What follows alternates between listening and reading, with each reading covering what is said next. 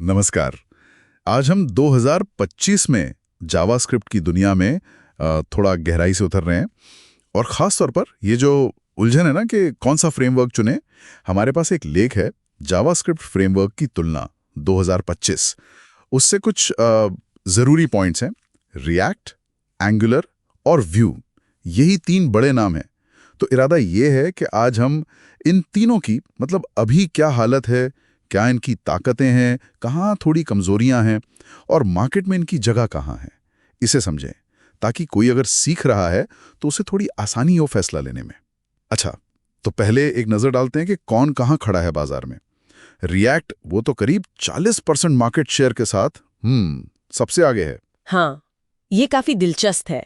ये सिर्फ पॉपुलैरिटी नहीं दिखाता, बल्कि ये भी कि कैसे फ्रंट एंड में मॉड्यूलर तरीके से काम करने का चलन बढ़ रहा है। सही बात। और एंगुलर वो करीब 22% पर है, खासकर बड़ी कंपनियों में एंटरप्राइज लेवल पर काफी टिका हुआ है। बिल्कुल। और व्यू भी पीछे नहीं है, लगभग 18% पर है और एशिया में तो ये काफी ज्यादा पॉपुलर है। तो चलिए अब जरा एक एक करके इनको समझते हैं। रिएक्ट से शुरू करते हैं। इसका नाम सुनते ही पहली चीज आती है फ्लेक्सिबिलिटी, मतलब लचीलापन। हाँ बिल्कुल। फेसबुक, नेटफ्लिक्स ऐसी बड़ी बड़ी कंपनियां इस पे काम कर रही हैं। इसका जो कंपोनेंट आधारित आर्किटेक्चर है और वर्चुअल डॉम, वो तो कमाल का है। हाँ वाकई, सिंगल पेज एप्लीकेशंस के लिए तो ये बहुत एफिशिएंट है। और इसकी ताकतें मतलब क्या है मेन पॉइंट्स? एक तो बहुत बड़ा इकोसिस्टम है, फिर नौकरियां भी इसमें काफी हैं। जी हाँ, जॉब मार्केट तो बहुत स्ट्रांग है इसका और कम्युनिटी सपोर्ट भी जबरदस्त है। लेकिन इस फ्लेक्सिबिलिटी की ना कीमत भी होती है। अच्छा, कैसे? देखिए, इतने सारे ऑप्शंस, इतनी लाइब्रेरीज, जो नया सीख रहा है वो थोड़ा मतलब कंफ्यूज हो सकता है। हाँ, ये बात तो है। और इकोसिस्टम भी बहुत तेजी से बदलता है, आपको लगातार अपडेट रहना पड़ता है। हाँ, ये तो है। और अगर ऐप थोड़ा कॉम्प्लेक्स है तो शुरुआती सेटअप थोड़ा ज्यादा लग सकता है। पर हाँ, रिएक्ट 19 में जो सर्वर कंपोनेंट्स आए हैं, हाँ, सुना है मैंने। वो परफॉर्मेंस और सर्वर साइड रेंडरिंग के लिए इसे और भी आकर्षक बना रहे हैं। अच्छा, तो रिएक्ट हुआ फ्लेक्सिबिलिटी का राजा। अब आते हैं एंगुलर पर। ये बिल्कुल अलग है। यहाँ बात है स्ट्रक्चर की, एक पूरे पैकेज की। हाँ, एक कंप्लीट फ्रेमवर्क। गूगल, माइक्रोसॉफ्ट जैसी कंपनियां ऐसे इस्तेमाल करती हैं बड़े प्रोजेक्ट्स के लिए खास तौर पर। जी। ये एक तरह से सब कुछ शामिल वाला सौदा है। राउटिंग, एचटीटीपी क्लाइंट सब पहले से है इसमें। और टाइपस्क्रिप्ट पर आधारित है, जो बड़े प्रोजेक्ट्स में काफी मदद करता है। और इसका CLI, कमांड लाइन इंटरफेस, वो तो बहुत पावरफुल है। हाँ। वो सिर्फ एक टूल नहीं है, वो असल में कोड बनाने और प्रोजेक्ट मैनेज करने का एक स्टैंडर्ड तरीका देता है। अच्छा। इससे बड़ी टीमों में ना कंसिस्टेंसी बनी रहती है। लेकिन इसका लर्निंग कर्व थोड़ा मुश्किल है, शुरू में ज्यादा मेहनत लगती है। हाँ, ये मैंने भी सुना है। और बंडल साइज भी इसका अक्सर रिएक्ट या व्यू से बड़ा होता है, तो शुरुआती लोड टाइम पर असर पड़ सकता है। पर एंगुलर 18 में सिग्नल्स जैसी चीजें आई हैं। सिग्नल्स वो क्या है? वो बेसिकली स्टेट मैनेजमेंट को और एफिशिएंट बनाने का और परफॉर्मेंस सुधारने का एक नया तरीका है। तो ये बड़े कॉम्प्लेक्स प्रोजेक्ट्स के लिए वाकई बहुत कारगर है, पर छोटे प्रोजेक्ट्स के लिए शायद थोड़ा क्या कहते हैं ओवरकिल हो। ठीक है।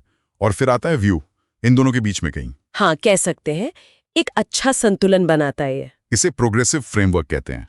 मतलब आप धीरे धीरे इसे अपना सकते हैं अपनी जरूरत के हिसाब से। बिल्कुल। और ये अक्सर सुनने में आता है कि सीखने में सबसे आसान है। हाँ, ये बात काफी हद तक सही है।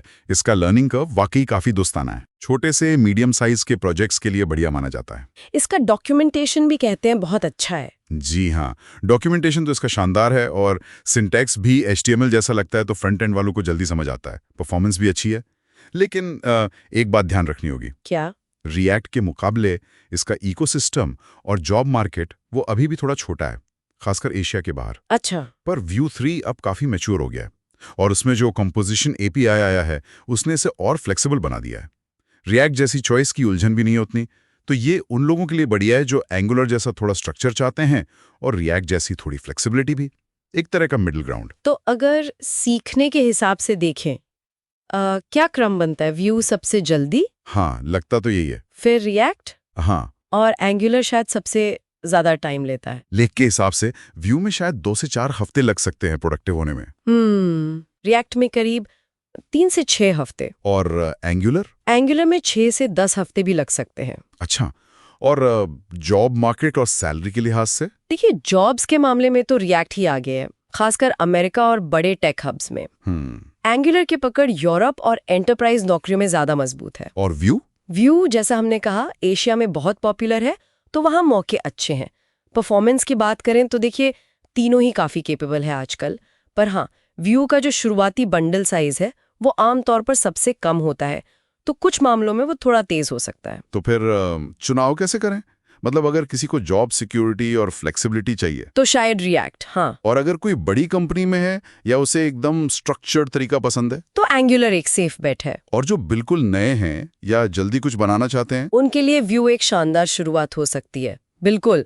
पर सबसे जरूरी बात जो मैं हमेशा कहती हूँ, क्या है वो? कि फ्रेमवर्क कोई भी चुने, पहले जावास्क्रिप्ट की जो बुनियाद है वो मजबूत होनी चाहिए। हाँ, ये तो है।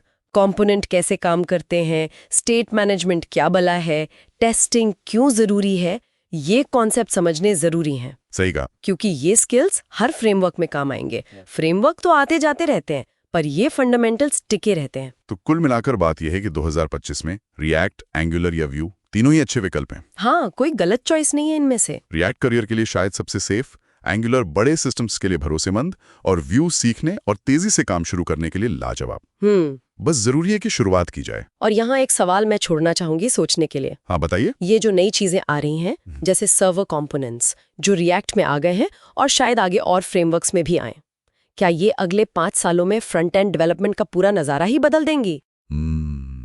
ये वाकई सोचने वाली बात है। देखना दिलचस्प होगा।